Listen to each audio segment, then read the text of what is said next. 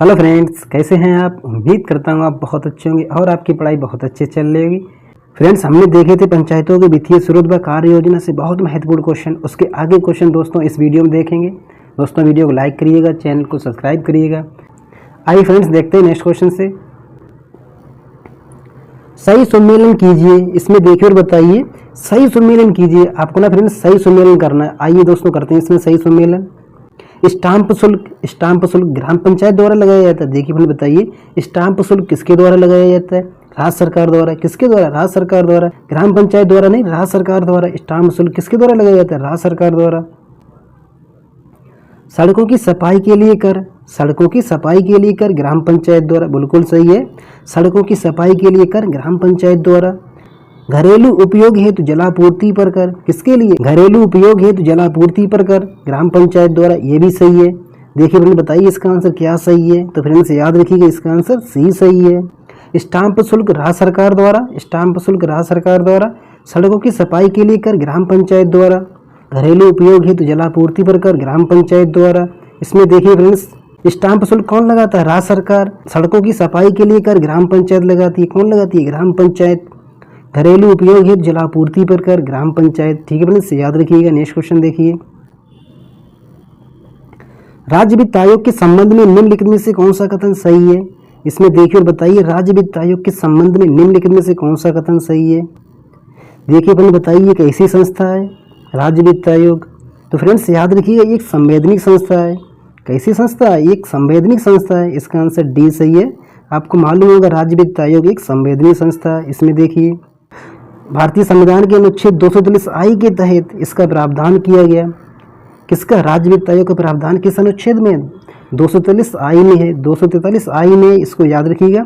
राज्यपाल 73वें संविधान संशोधन अधिनियम 1992 की लागू होने की एक वर्ष के अंदर, कितने वर्ष के अंदर? एक वर्ष के अंदर प्रत्येक 5 वर्ष बाद एक राज्य वित्त आयोग की स्थापना करेगा। किसकी? एक राज्य वित्त आयोग की स्थापना करेगा। इस प्रकार राज्य वित्त आयोग एक संवैधानिक संस्था है। कैसी संस्था है? संवैधानिक संस्था है। याद रखिएगा। नेक्स्ट क्वेश्चन देखिए। राज्य वित्त आयोग की स्थापना की गई, इसमें देखिए बताइए राज्य वित्त आयोग की स्थापना कब की गई? आपको बताना है राज्य वित्त आयोग की स्थापना कब की गई। तो फ्रेंड्स याद रखिएगा 1993 में। इसकी स्थापना कब हुई थी? 1993 में। इसमें देखिए केंद्र के वित्त आयोग की तर्ज पर, किसके तर्ज पर? केंद्र के वित्त आयोग की तर्ज पर 1993 से भारत के लगभग सभी राज्यों में राज्य वित्त आयोग की स्थापना की गई। कब से? 1993 से। जिसका उद्देश्य पंचायतों की वित्तीय स्थिति की समीक्षा करना। किसकी समीक्षा करना? पंचायतों की वित्तीय स्थिति की समीक्षा करना और कुछ कारणों के लिए सिफारिश करना, और कुछ कारणों के लिए सिफारिश करना। ठीक है फ्रेंड्स, याद रखिएगा। नेक्स्ट क्वेश्चन देखिए। राज्य वित्त आयोग का कार्यकाल कितने वर्ष का होता है? इसमें देखिए बताइए राज्य वित्त आयोग का कार्यकाल कितने वर्ष का होता है? तो फ्रेंड्स आपको मालूम है 5 वर्ष का होता है। कितना होता है? 5 वर्ष का होता है। इसका आंसर ए सही है। राज्य वित्त आयोग का कार्यकाल कितने वर्ष का होता है? 5 वर्ष का होता है। ठीक है फ्रेंड्स, याद रखिएगा। नेक्स्ट क्वेश्चन देखिए। राज्य वित्त आयोग का गठन किसके द्वारा किया जाता है? इसमें देखिए और बताइए राज्य वित्त आयोग का गठन किसके द्वारा किया जाता है? ये भी फ्रेंड्स आपको मालूम है राज्यपाल द्वारा। किसके द्वारा? राज्यपाल द्वारा। राज्य का राज्यपाल राज्य वित्त आयोग का गठन करता है। ठीक है फ्रेंड्स, याद रखिएगा। इसमें देखिए राज्य वित्त आयोग का गठन संबंधित राज्य का राज्यपाल करता है। कौन करता है? संबंधित राज्य का राज्यपाल करता है। राज्य वित्त आयोग एक संवैधानिक निकाय है। आपको मालूम है राज्य वित्त आयोग एक कैसा निकाय है? संवैधानिक निकाय है। ये 5 वर्षों के कार्यकाल के लिए गठित किया जाता है। कितने वर्षों के लिए? 5 वर्षों के कार्यकाल के लिए गठित किया जाता है। राज्य वित्त आयोग द्वारा लगाए गए करों, शुल्कों, टोल और फीस की विशुद्ध आय का पंचायतों तथा राज्यों के बीच आवंटन करता है। किसका? जो विशुद्ध आय होती है उसका पंचायतों और राज्यों के बीच आवंटन करता है, जिसे दोनों के मध्य विभाजित किया जाता है। ठीक है फ्रेंड्स, याद रखिएगा। जिसे दोनों के मध्य विभाजित किया जाता है और पंचायत के विभिन्न स्तरों पर खर्च की सिफारिश भी करता है। नेक्स्ट क्वेश्चन देखिए। राज्य वित्त आयोग द्वारा की गई सिफारिशों, राज्य वित्त आयोग द्वारा की गई सिफारिशों और कार्रवाई की रिपोर्ट किसके द्वारा विधानमंडल के समक्ष प्रस्तुत किया जाता है? इसमें देखिए फ्रेंड्स बताइए राज्य वित्त आयोग द्वारा की गई सिफारिशों और कार्रवाई की रिपोर्ट किसके द्वारा विधानमंडल के समक्ष प्रस्तुत किया जाता है? तो फ्रेंड्स आपको मालूम है राज्यपाल द्वारा। किसके द्वारा? राज्यपाल द्वारा। इसका आंसर बी सही है, राज्यपाल द्वारा। इसको याद रखिएगा। राज्य वित्त आयोग द्वारा की गई सिफारिशों और कार्रवाई की रिपोर्ट को राज्यपाल द्वारा राज्य विधानमंडल के समक्ष प्रस्तुत किया जाता है। किसके समक्ष? राज्य विधानमंडल के समक्ष। केंद्रीय वित्त आयोग भी राज्य में नगर पालिकाओं के पूरक स्रोतों की राज्य संचित निधि में वृद्धि के लिए आवश्यक उपाय के बारे में सलाह देगा। ठीक है फ्रेंड्स, याद रखिएगा। नेक्स्ट क्वेश्चन देखिए, वर्तमान में उत्तर प्रदेश में कौन सा राज्य वित्त आयोग कार्यशील है? इसमें देखिए और बताइए, वर्तमान में उत्तर प्रदेश में कौन सा राज्य वित्त आयोग कार्यशील है? तो फ्रेंड्स आपको मालूम होगा पांचवा कौन सा है, पांचवा, जिसके अध्यक्ष कौन है? आनंद मिश्र जी हैं। इसके अध्यक्ष कौन है? आनंद मिश्र जी हैं। उत्तर प्रदेश राज्य में पांचवा राज्य वित्त आयोग कार्यशील है। उत्तर प्रदेश राज्य में पांचवा राज्य वित्त आयोग कार्यशील है। इसके अध्यक्ष आनंद मिश्र जी हैं। पांचवें वित्त आयोग का गठन वर्ष 2015 में किया गया। इसका गठन कब हुआ था? 2015 में। इसने अपनी रिपोर्ट कब सौंपी? 2018 में। और ये लागू कब से हुआ? 2020 से। और ये लागू कब से हुआ? 2020 से। इसको भी याद रखिएगा। इसका गठन 2015 में हुआ, इसकी रिपोर्ट 2018 में आई और इसको लागू किया गया 2020 से। ठीक है फ्रेंड्स, याद रखिएगा। नेक्स्ट क्वेश्चन देखिए, राज्य वित्त आयोग निम्नलिखित में से कौन सी सिफारिशें राज्यपाल को प्रस्तुत करेगा? इसमें देखिए और बताइए, राज्य वित्त आयोग निम्नलिखित में से कौन सी सिफारिशें राज्यपाल को प्रस्तुत करेगा? किसको? राज्यपाल को। इसमें देखिए और बताइए, पंचायतों की वित्तीय स्थिति में सुधार के लिए आवश्यक उपाय। पंचायतों की वित्तीय स्थिति में सुधार के लिए आवश्यक उपाय, ऐसा मामला जो पंचायतों के सुदृढ़ वित्त के लिए हो। किसके लिए हो? पंचायतों के सुदृढ़ वित्त के लिए हो। राज्य की समेकित निधि कोष से पंचायतों को दी जाने वाली अनुदान सहायता। राज्य की समेकित निधि कोष से पंचायतों को दी जाने वाली अनुदान सहायता। उपयुक्त सभी। तो फ्रेंड्स याद रखिएगा, उपयुक्त सभी। राज्य वित्त आयोग राज्यपाल को ये सभी सिफारिशें प्रस्तुत करेगा। इसमें देखिए फ्रेंड्स, राज्य वित्त आयोग राज्यपाल को निम्नलिखित सिफारिशें प्रस्तुत करेगा, जिसमें करों, चूंगी, मार्ग कर और शुल्कों का निर्धारण जो पंचायतों को सौंपे गए हों। राज्य की समेकित निधि कोष से पंचायतों को दी जाने वाली अनुदान सहायता। राज्य सरकार द्वारा लगाए गए कुल करों, चूंगी, मार्ग कर एवं एकत्रित शुल्कों का राज्य और पंचायतों के मध्य बंटवारा और सभी स्तरों पर पंचायतों के बीच शेयरों का आवंटन। राज्यपाल द्वारा आयोग को सौंपे जाने वाले कोई भी मामला जो पंचायतों के सुदृढ़ वित्त के लिए हो। कैसे वित्त के लिए हो? जो पंचायतों के सुदृढ़ वित्त के लिए हो। ठीक है फ्रेंड्स, याद रखिएगा इन सभी को। नेक्स्ट क्वेश्चन देखिए, उत्तर प्रदेश राज्य का पहला वित्त आयोग कब गठित किया गया था? इसमें देखिए बताइए, उत्तर प्रदेश राज्य का पहला वित्त आयोग कब गठित किया गया था? इसमें देखिए फ्रेंड्स, अब आपको बताना उत्तर प्रदेश राज्य का पहला वित्त आयोग कब गठित किया गया था। तो फ्रेंड्स याद रखिए, वर्ष 1994 में। फ्रेंड्स याद रखिए, वर्ष 1994 में। कब गठित किया गया था? वर्ष 1994 में। इसका आंसर ये सही है, वर्ष 1994 में। उत्तर प्रदेश राज्य का पहला राज्य वित्त आयोग वर्ष 1994 में गठित किया गया था। इसका गठन भारतीय संविधान के अनुच्छेद 243 के तहत किया गया। किसके तहत किया गया? अनुच्छेद 243 के तहत किया गया। इसको भी याद रखिएगा। नेक्स्ट क्वेश्चन देखिए फ्रेंड्स, राज्य वित्त आयोग में सदस्यों की अधिकतम संख्या कितनी हो सकती है? इसमें देखिए और बताइए, राज्य वित्त आयोग में सदस्यों की अधिकतम संख्या कितनी हो सकती है? फ्रेंड्स याद रखिएगा, 4 हो सकती है। कितनी हो सकती है? 4 हो सकती है। इसमें देखिए, राज्यपाल द्वारा राज्य वित्त आयोग के सदस्यों की नियुक्ति की जाती है। किसके द्वारा? राज्यपाल द्वारा। राज्यपाल अधिकतम 4 सदस्यों की नियुक्ति करता है। कितने? अधिकतम 4 सदस्यों की नियुक्ति करता है। इसको याद रखिएगा फ्रेंड्स। पंचायतों की वित्तीय स्थिति में सुधार व कार्रवाई के लिए राज्यपाल द्वारा 5 वर्ष की अवधि के लिए राज्य वित्त आयोग की नियुक्ति की जाती है। ठीक है फ्रेंड्स, याद रखिएगा। नेक्स्ट क्वेश्चन देखिए, केंद्रीय वित्त आयोग का गठन प्रत्येक 5 वर्ष पर किसके द्वारा किया जाता है? इसमें देखिए बताइए, केंद्रीय वित्त आयोग का गठन। तो फ्रेंड्स आपको मालूम होगा, राष्ट्रपति द्वारा। किसके द्वारा? राष्ट्रपति द्वारा। इसका आंसर बी सही है, राष्ट्रपति द्वारा। भारतीय संविधान में अनुच्छेद 280 के तहत अर्ध न्यायिक निकाय के रूप में वित्त आयोग की स्थापना की गई। अर्ध न्यायिक निकाय के रूप में, किसके रूप में? अर्ध न्यायिक निकाय के रूप में वित्त आयोग की स्थापना की गई। इसका गठन राष्ट्रपति द्वारा हर 5वें वर्ष या आवश्यकता अनुसार उससे पहले भी किया जा सकता है। ठीक है फ्रेंड्स, याद रखिएगा। नेक्स्ट क्वेश्चन देखिए, वित्त आयोग में एक अध्यक्ष के अलावा कितने सदस्य होते हैं? इसमें देखिए और बताइए, वित्त आयोग में एक अध्यक्ष के अलावा कितने सदस्य होते हैं? तो फ्रेंड्स याद रखिएगा, 4 सदस्य होते हैं। कितने सदस्य होते हैं? 4 सदस्य होते हैं। इसका आंसर डी सही है, 4 सदस्य होते हैं।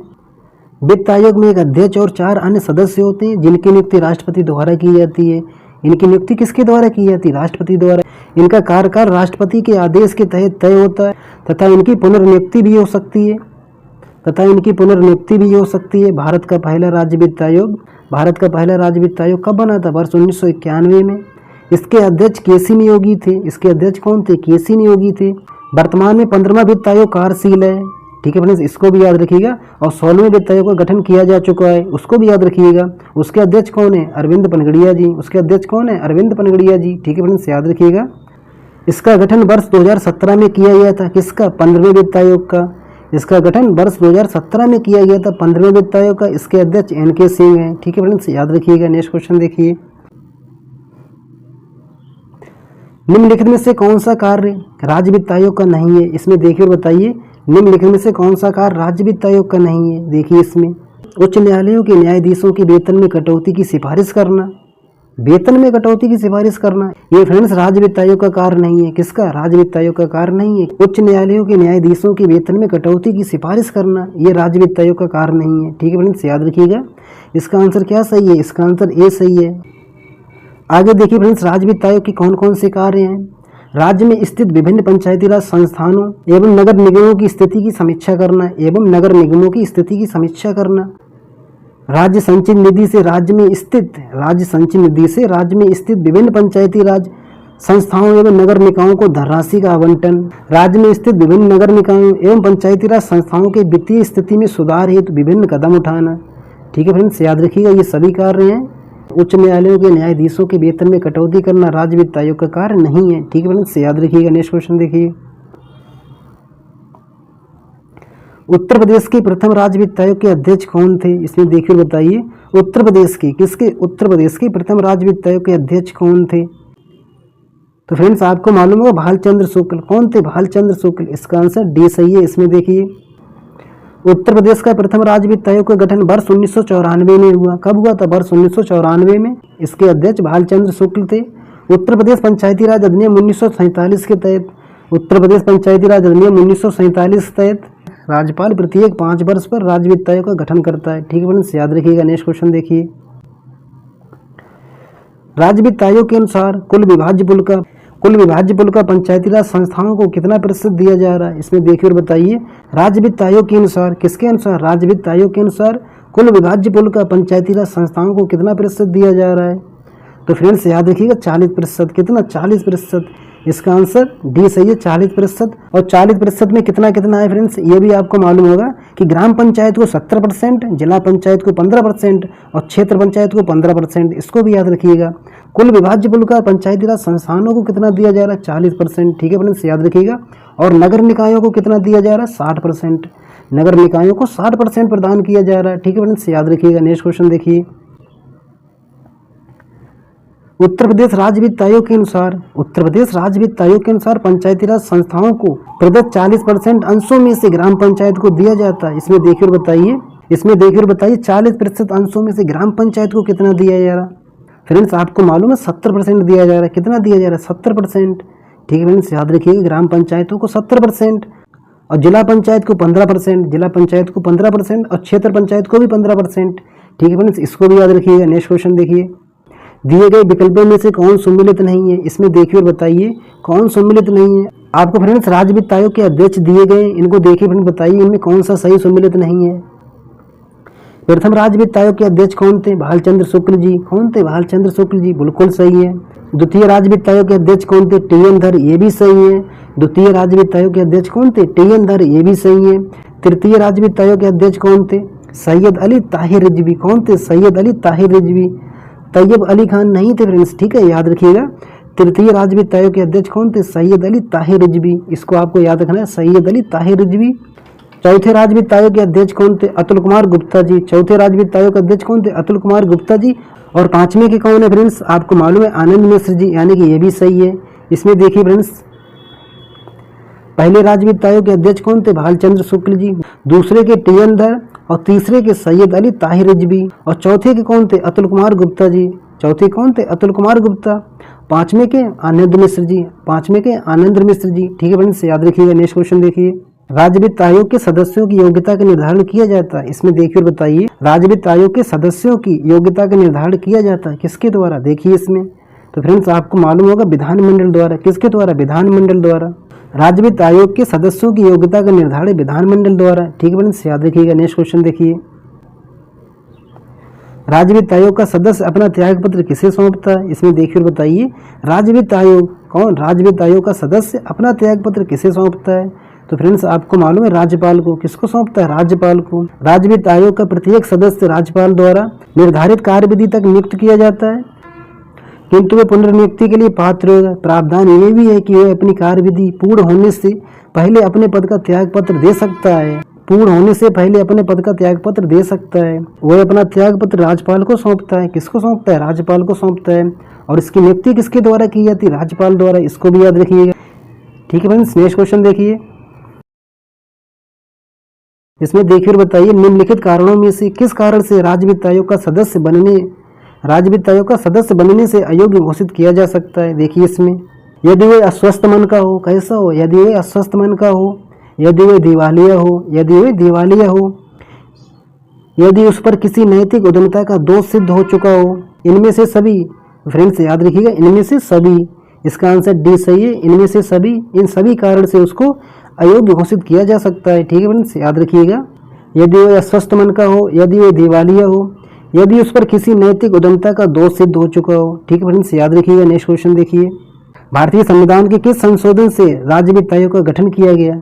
इसमें देखिए और बताइए, भारतीय संविधान के किस संशोधन से राज्य वित्त आयोग का गठन किया गया? तो फ्रेंड्स आपको बहुत अच्छे से मालूम है, 73वां व 74वां संविधान संशोधन से। स्वतंत्र भारत के इतिहास में 73वें और 74वें संविधान संशोधन पारित होना एक मील का पत्थर साबित हुआ है। किसका पत्थर साबित हुआ है? एक मील का पत्थर साबित हुआ है। इन संशोधनों का एक महत्वपूर्ण पहलू स्थानीय निकायों के वित्त से संबंधित है।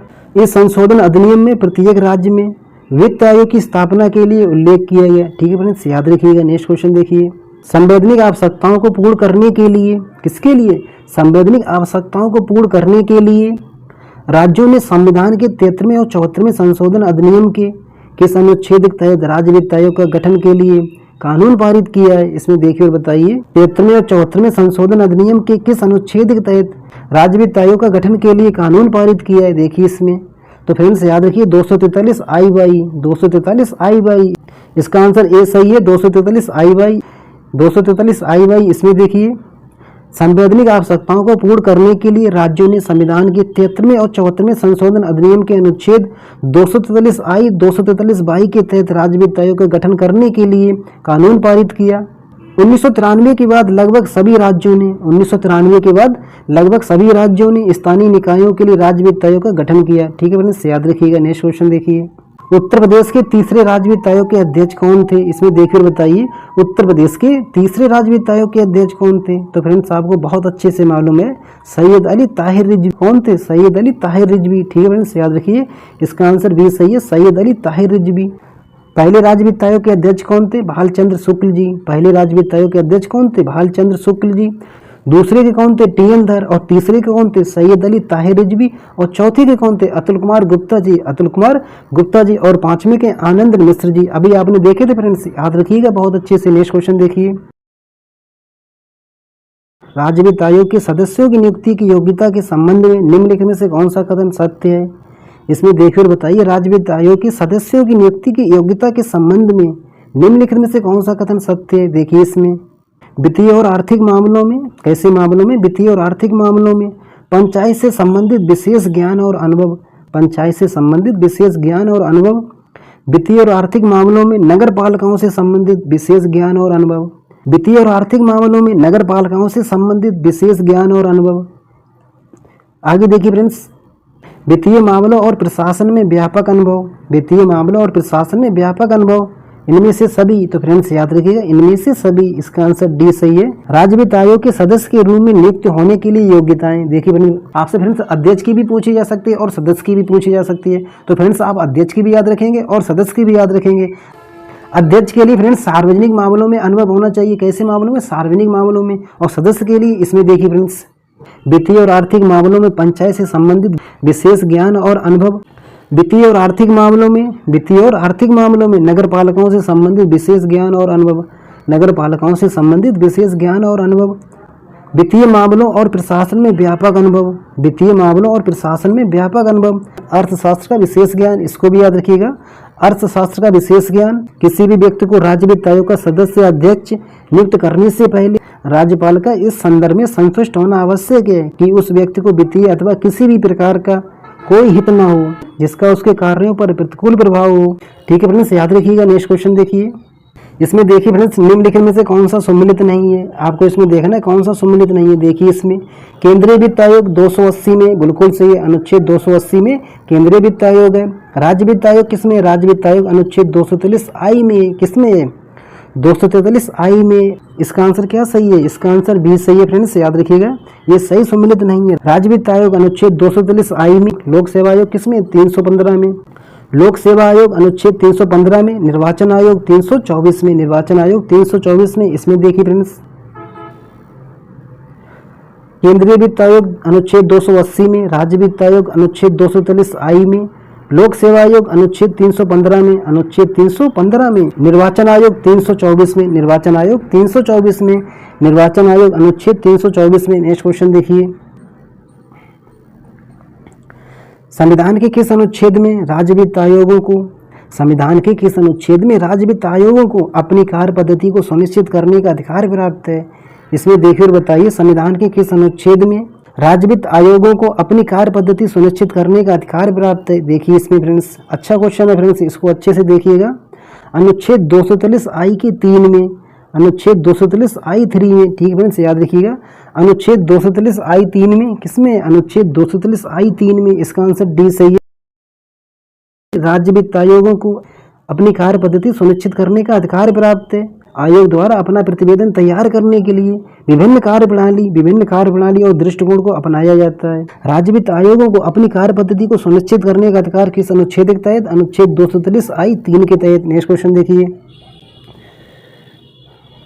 भारतीय संविधान के किस अनुच्छेद में कहा गया, क्या कहा गया कि अनुच्छेद 243 आई के तहत गठित राज्य वित्त आयोग नगर पालिकाओं की वित्तीय स्थिति की समीक्षा भी करेगा। गठित राज्य वित्त आयोग नगर पालिकाओं की वित्तीय स्थिति की समीक्षा भी करेगा। देखिए फ्रेंड बताइए किस अनुच्छेद में कहा गया। तो फ्रेंड्स याद रखिएगा अनुच्छेद 243 बाई में, किसमें कहा गया अनुच्छेद 243 बाई में। नगर पालिकाओं की वित्तीय स्थिति की समीक्षा किसमें होगी, अनुच्छेद 243 बाई में, ठीक है फ्रेंड्स याद रखिएगा। नेक्स्ट क्वेश्चन देखिए, निम्नलिखित में से कौन सा प्राधिकरण किसी राज्य के राज्यपालों को उन करों और कर्तव्यों के निर्धारण के सिद्धांतों के बारे में सिफारिश करता है जिन्हें उस विशेष राज्य में पंचायतों द्वारा विनियोजित किया जा सकता है। इसमें देखिए फ्रेंड्स जिला योजना समिति, राज्य वित्त आयोग, उस राज्य का वित्त मंत्रालय, उस राज्य का वित्त मंत्रालय, राज्य का पंचायती राज मंत्रालय। तो फ्रेंड्स याद रखिएगा राज्य वित्त आयोग कौन है फ्रेंड्स, राज्य वित्त आयोग। इसका आंसर भी सही है, राज्य वित्त आयोग। इसमें देखिए राज्य वित्त आयोग किसी राज्य के राज्यपाल को उन करों और कर्तव्यों के निर्धारण के सिद्धांत के बारे में सिफारिश करता है जिन्हें उस विशेष राज्य में पंचायतों द्वारा विनियोजित किया जा सकता है, ठीक है फ्रेंड्स याद रखिएगा। नेक्स्ट क्वेश्चन देखिए, 73वां संविधान संशोधन 1992 जिसका उद्देश्य देश में पंचायती राज संस्थाओं को बढ़ावा देना, क्या देना, देश में पंचायती राज संस्थाओं को बढ़ावा देना, निम्नलिखित में से किसके लिए प्रावधान करता है। इसमें देखिए और बताइए निम्नलिखित में से किसके लिए प्रावधान करता है, कौन सा संविधान संशोधन, 73वां संविधान संशोधन। देखिए इसमें जिला योजना समितियों का गठन, जिला योजना समितियों का गठन, राज्य चुनाव आयोग सभी पंचायत चुनाव कराएगा, राज्य वित्त आयोग की स्थापना, राज्य वित्त आयोग की स्थापना। इसमें देखिए फ्रेंड्स बताइए कौन सा आंसर सही है।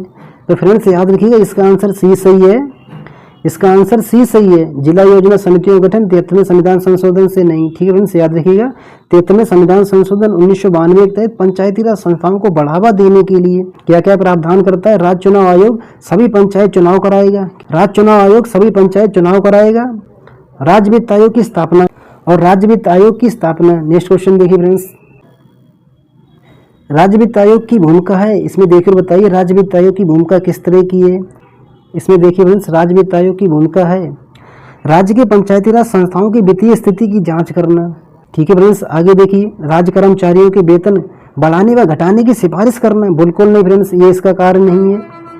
राज्य कर्मचारियों के वेतन घटाने व बढ़ाने की सिफारिश करना, ग्राम पंचायतों के चुनाव का डेटा उपलब्ध कराना, इनमें से सभी।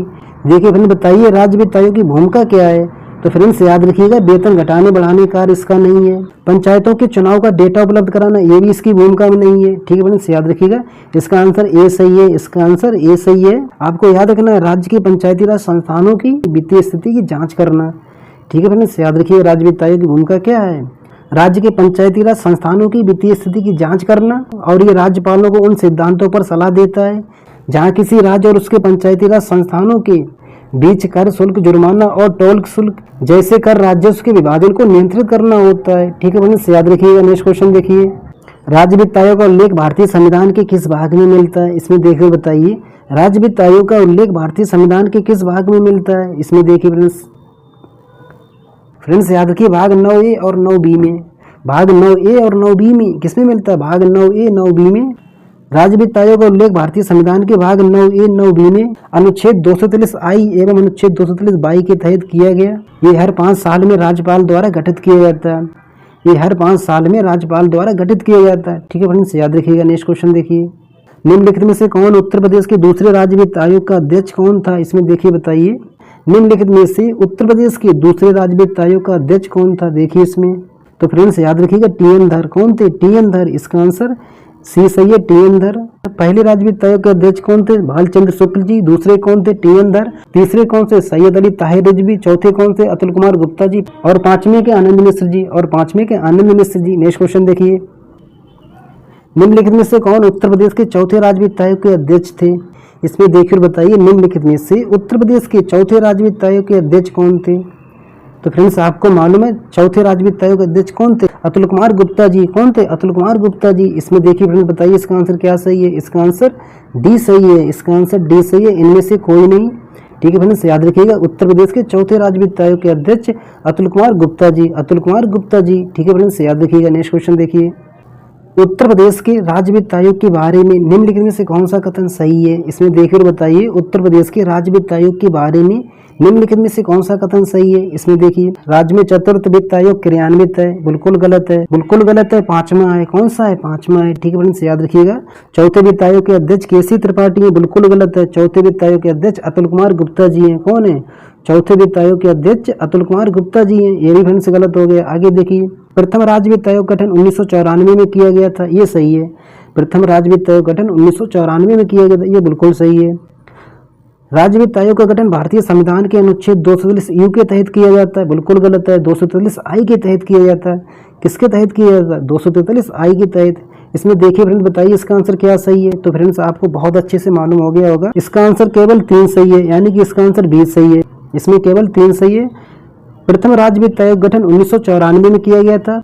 राज्य में चतुर्थ वित्त आयोग क्रियान्वित नहीं है फ्रेंड्स। पांचवा है। कौन सा? पांचवा है। चौथे वित्त आयोग के अध्यक्ष केसी त्रिपाठी ने, अतुल कुमार गुप्ता जी। राज्य वित्त आयोग का गठन भारतीय संविधान के अनुच्छेद 243I के तहत। किसके तहत? 243I के तहत। नेक्स्ट क्वेश्चन देखिए, राज्य वित्त आयोग के संबंध में, किसके संबंध में?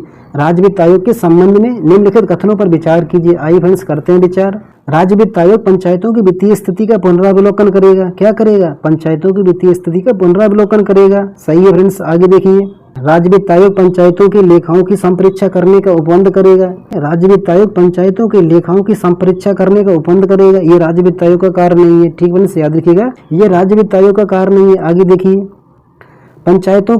पंचायतों के लिए आरक्षण और निर्वाचन की सलाह देगा। राज्य वित्त आयोग नहीं फ्रेंड्स, राज्य वित्त आयोग नहीं देगा। पंचायतों के लिए आरक्षण और निर्वाचन की सलाह राज्य वित्त आयोग नहीं देगा। इसमें देखिए बताइए कौन सा कथन सही है? तो फ्रेंड्स याद रखिए, इसका कथन केवल एक सही है। इसका कथन केवल एक सही है। एक में क्या था? राज्य वित्त आयोग पंचायतों की वित्तीय स्थिति का पुनरावलोकन करेगा। ठीक है फ्रेंड्स, याद रखिएगा। इसमें देखिए, ग्राम पंचायतों की वित्तीय स्थिति का पुनरावलोकन के लिए अनुच्छेद 243I के तहत राज्य के लिए वित्त आयोग का गठन का प्रावधान किया गया। राज्य के लिए वित्त आयोग के गठन का प्रावधान किया गया। किसमें? अनुच्छेद 243I में। राज्य का राज्यपाल 73वां संविधान संशोधन अधिनियम 1992 के आरंभ से 1 वर्ष के भीतर यथाशीघ्र और तत्पश्चात प्रत्येक 5 वर्ष की समाप्ति पर वित्त आयोग का गठन करेगा। कौन करेगा? राज्यपाल, जो पंचायतों के वित्तीय स्थिति का पुनरावलोकन करेगा। पंचायतों की लेखाओं की संपरीक्षा का उल्लेख अनुच्छेद 243J में है। किसमें? अनुच्छेद 243J में है। ठीक है फ्रेंड्स, याद रखिएगा। तथा पंचायतों के लिए निर्वाचन का प्रावधान अनुच्छेद 243K में किया गया। किसमें किया गया? अनुच्छेद 243K में किया गया। ठीक है फ्रेंड्स, याद रखिएगा। बहुत अच्छा क्वेश्चन था। नेक्स्ट क्वेश्चन देखिए, उत्तर प्रदेश सरकार कौन सा राज्य वित्त आयोग गठन करने की तैयारी में है? इसमें देखिए बताइए, उत्तर प्रदेश सरकार कौन सा राज्य वित्त आयोग गठन करने की तैयारी में? फ्रेंड्स याद रखिए, 6वां राज्य वित्त आयोग। किसकी गठन की तैयारी में? 6वें राज्य वित्त आयोग की। इसमें देखिए, उत्तर प्रदेश सरकार 6वें राज्य वित्त आयोग के गठन का मसौदा तैयार कर चुकी है। वित्त विभाग ने इससे जुड़ा प्रस्ताव मुख्यमंत्री योगी आदित्यनाथ को भेज दिया है। नवंबर 2021 में छठवें वित्त आयोग का गठन होना था, जो चुनाव की वजह से गठित नहीं हो सका। राज्य में पांचवें वित्त आयोग का गठन 2015 में कब किया गया? 2015 में। और इसकी रिपोर्ट कब आई थी? इसकी रिपोर्ट आई थी 2018 में। और ये लागू कब से हुआ? 2020 से। ठीक है फ्रेंड्स, इसको भी याद रखिएगा। ये लागू कब से हुआ था? 2020 से। और इसके अध्यक्ष कौन है? किसके? पांचवें राज्य वित्त आयोग के अध्यक्ष कौन है? आनंद मिश्र जी। ठीक है फ्रेंड्स, याद रखिएगा। नेक्स्ट क्वेश्चन देखिए, राज्य वित्त आयोग के अध्यक्ष को हटाने का अधिकार किससे है? इसमें देखिए बताइए, राज्य वित्त आयोग के अध्यक्ष को हटाने का अधिकार किससे है? तो फ्रेंड्स याद रखिएगा, राष्ट्रपति को है। किसको हटाने का अधिकार? राष्ट्रपति को है। इसका आंसर सी सही है। राज्य वित्त आयोग के अध्यक्ष की नियुक्ति राज्य के राज्यपाल द्वारा की जाती है। इसकी नियुक्ति किसके द्वारा की जाती है? नियुक्ति राज्यपाल द्वारा की जाती है, किंतु उसे केवल भारत के राष्ट्रपति द्वारा हटाया जा सकता है। ठीक है फ्रेंड्स, याद रखिएगा। नेक्स्ट क्वेश्चन देखिए, पंचायतों को कर, शुल्क, टोल और सौंपी जाने वाली फीसों का निर्धारण किसके द्वारा किया जाता है? इसमें देखिए और बताइए, पंचायतों को कर, शुल्क और टोल और सौंपी जाने वाली फीसों का निर्धारण किसके द्वारा किया जाता है? तो फ्रेंड्स याद रखिए, राज्य वित्त आयोग द्वारा। किसके द्वारा? राज्य वित्त आयोग द्वारा। इसका आंसर भी सही है, राज्य वित्त आयोग द्वारा। पंचायतों को कर, शुल्क, टोल और फीस की विशुद्ध आय का पंचायतों तथा राज्यों के बीच आवंटन करना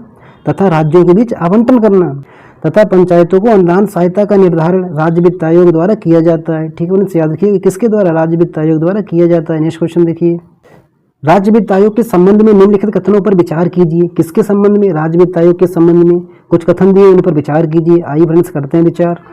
ये एक संवैधानिक निकाय है, बिल्कुल सही है, ये एक संवैधानिक निकाय है। ठीक है, आगे देखिए, इसका गठन राज्यपाल द्वारा किया जाता है, ये भी सही है। इसका गठन राज्यपाल द्वारा किया जाता है, ये भी सही है। राज्य वित्त आयोग का अध्यक्ष अपना इस्तीफा राष्ट्रपति को सौंपता है? नहीं फ्रेंड्स, राज्यपाल को देता है। किसको देता है? राज्यपाल को देता है। और इसको हटा कौन सकता है? राष्ट्रपति। और अध्यक्ष अपना इस्तीफा किसे सौंपेगा? राज्यपाल को। राज्यपाल को। राज्य वित्त आयोग का कार्यकाल 3 वर्ष का होता है, बिल्कुल गलत है, 5 वर्ष का होता है। कितने का होता है? 5 वर्ष का होता है। इसमें देखिए बताइए कौन कौन से कथन सही हैं। तो फ्रेंड्स आपको मालूम है इसके कथन 2 ही सही हैं, यानी कि 1 और 2 सही है। इसका आंसर भी सही है। ये एक संवैधानिक निकाय, एक ऐसा निकाय है, संवैधानिक निकाय है। इसका गठन राज्यपाल द्वारा किया जाता है, इसको भी याद रखिएगा। इसका गठन राज्यपाल द्वारा किया जाता है। और राज्य वित्त आयोग का अध्यक्ष अपना इस्तीफा राज्यपाल को सौंपता है। किसको सौंपता है? राज्यपाल को सौंपता है। ठीक है फ्रेंड्स, ना कि राष्ट्रपति को। राज्यपाल को सौंपता है, राष्ट्रपति इसको हटा सकता है। ठीक है फ्रेंड्स, याद रखिएगा। राज्य वित्त आयोग का कार्यकाल कितना होता है? 5 वर्ष का होता है। कितने का होता है? 5 वर्ष का होता है। नेक्स्ट क्वेश्चन देखिए, राज्य का राज्यपाल कितने वर्ष के अंतराल पर राज्य वित्त आयोग का गठन करता है? तो फ्रेंड्स आपको मालूम 5 वर्ष के अंतराल पर। कितने वर्ष के अंतराल पर? 5 वर्ष के अंतराल पर। नेक्स्ट क्वेश्चन देखिए, निम्नलिखित में से उत्तर प्रदेश के राज्य वित्त आयोग के अध्यक्ष के रूप में कार्य नहीं किया। देखिए इसमें, तो फ्रेंड्स आपको मालूम है सबसे पहले कौन थे? भालचंद्र शुक्ल जी। दूसरे कौन थे? टी.एन. धर जी। और तीसरे कौन थे? सैयद अली ताहिर रिजवी। और चौथे कौन थे? अतुल कुमार गुप्ता जी। और पांचवें कौन है? आनंद मिश्र जी। इसमें देखिए फ्रेंड्स बताइए कौन नहीं है? तो फ्रेंड्स याद रखिए सतीश महाना। कौन नहीं है? सतीश महाना। ठीक है फ्रेंड्स, याद रखिएगा सतीश महाना नहीं है। इसका आंसर डी सही है, सतीश महाना। निम्नलिखित में से कौन सा विकल्प सही है? इसमें देखिए तो बताइए कौन सा विकल्प सही है। उत्तर प्रदेश राज्य के पहले वित्त आयोग गठन 1996 में किया गया, बिल्कुल गलत है। 1994 में किया गया। कब किया गया था? 1994 में। राज्य वित्त आयोग के सदस्यों की योग्यता के निर्धारण राज्यपाल द्वारा किया था? नहीं फ्रेंड्स, राज्य विधानमंडल द्वारा। किसके द्वारा किया था? राज्य विधानमंडल द्वारा। बालचंद्र शुक्ल चौथे राज्य वित्त आयोग के अध्यक्ष थे? नहीं फ्रेंड्स, पहले राज्य वित्त आयोग के अध्यक्ष थे। किसके थे? पहले। ठीक है फ्रेंड्स, याद रखिए ये भी गलत है। भालचंद्र शुक्ल जी पहले राज्य वित्त आयोग के अध्यक्ष थे, चौथे के नहीं। चौथे कौन थे? अतुल कुमार गुप्ता जी। राज्य वित्त आयोग का सदस्य अपना इस्तीफा राज्यपाल को सौंपता है, बिल्कुल सही है, यानी कि इसका आंसर डी सही है। राज्य वित्त आयोग का सदस्य अपना इस्तीफा राज्यपाल को सौंपता है। ठीक है फ्रेंड्स, याद रखिएगा। नेक्स्ट क्वेश्चन देखिए, निम्नलिखित कथनों पर विचार कीजिए। क्या करना है आपको? निम्नलिखित कथनों पर विचार करना। आइए फ्रेंड्स करते हैं विचार। चौथे राज्य वित्त आयोग ने स्थानीय निकायों को उत्तर प्रदेश के 15% कर और गैर कर राजस्व का अंतरण किए जाने की सिफारिश की है। इसमें देखिए अपने बताइए पहला कथन सही है।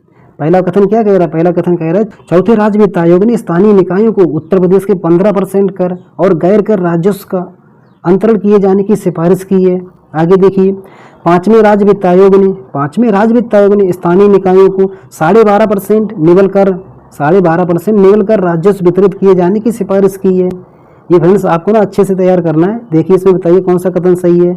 तो फ्रेंड्स याद रखिएगा इसके कथन दोनों सही हैं, इसके कथन दोनों सही हैं, इसको याद रखिएगा, इसके कथन दोनों सही हैं। इसमें देखिए चौथे राज्य वित्त आयोग ने स्थानीय निकायों को उत्तर प्रदेश के 15% कर और गैर कर राजस्व का अंतरण किए जाने की सिफारिश की है। पांचवें राज्य वित्त आयोग ने स्थानीय निकायों को 12.5% निवल कर राजस्व वितरित किए जाने की सिफारिश की है। ठीक है फ्रेंड्स, याद रखिएगा। नेक्स्ट क्वेश्चन देखिए, भारतीय संविधान का कौन सा भाग केंद्र और राज्यों के मध्य वित्तीय संबंधों का वितरण प्रस्तुत करता है? इसमें देखिए बताइए, भारतीय संविधान का कौन सा भाग केंद्र और राज्यों के मध्य वित्तीय संबंधों का वितरण प्रस्तुत करता है? तो फ्रेंड्स आपको मालूम है भाग 12 है। कौन सा भाग 12 है? इसका आंसर ए सही है। इसमें देखिए केंद्र और राज्यों के मध्य वित्तीय संबंधों का वितरण संविधान का भाग 12 प्रस्तुत करता है। भाग 13 में क्या है? भारत के राज्य क्षेत्र के भीतर व्यापार वाणिज्य और समागम। भारत के राज्य क्षेत्र के भीतर व्यापार वाणिज्य और समागम भाग 13 में। किसमें? भाग 13 में। और भाग 14 में क्या है फ्रेंड्स? संघ और राज्यों के अधीन सेवाएं। किसमें? भाग 14 में। भाग 14 ए में क्या है? अधिकरण है। भाग 15 में निर्वाचन। भाग 15 में निर्वाचन। नेक्स्ट क्वेश्चन देखिए, भारतीय संविधान के किस अनुच्छेद के अंतर्गत करों को केंद्र द्वारा लगाया और एकत्र किया जाता है, परंतु वितरण केंद्र और राज्यों के मध्य किया जाता है? इसमें देखिए बताइए, बहुत अच्छा क्वेश्चन है।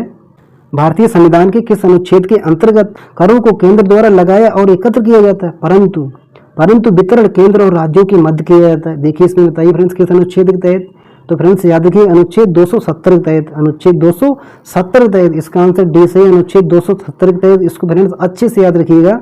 भारतीय संविधान के अनुच्छेद 270 में क्या है? भारतीय संविधान के अनुच्छेद 270 में करों को केंद्र द्वारा लगाया और एकत्र किया जाता है, परंतु वितरण केंद्र और राज्यों के मध्य किया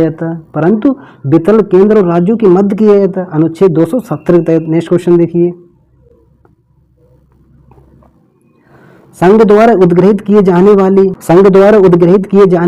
किंतु राज्यों द्वारा संग्रहित और विनियोजित किए जाने वाले शुल्क का उपबंध भारतीय संविधान के किस अनुच्छेद में किया गया? इसमें देखिए बताइए, संघ द्वारा उद्ग्रहित किए जाने वाले किंतु राज्यों द्वारा संग्रहित और विनियोजित किए जाने वाले शुल्क का उपबंध भारतीय संविधान के किस अनुच्छेद में किया गया? देखिए इसमें फ्रेंड्स, तो फ्रेंड्स याद रखिए अनुच्छेद 268 में। किसमें किया गया? अनुच्छेद 268 में।